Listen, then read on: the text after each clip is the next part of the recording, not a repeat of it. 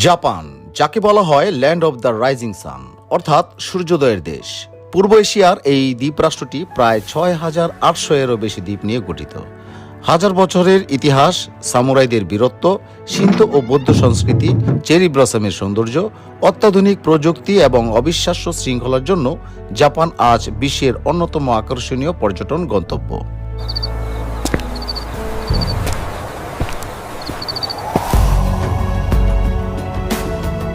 বাংলাদেশ থেকে প্রায় ৪,০০০ কিলোমিটারেরও বেশি পথ পাড়ি দিয়ে আমরা যাচ্ছি পৃথিবীর অন্যতম শৃঙ্খলাবদ্ধ দেশ জাপান।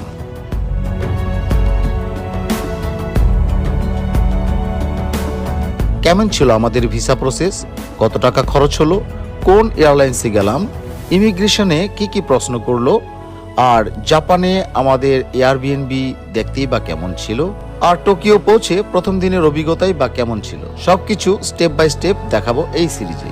তাই ভিডিওটি শেষ পর্যন্ত অবশ্যই দেখবেন।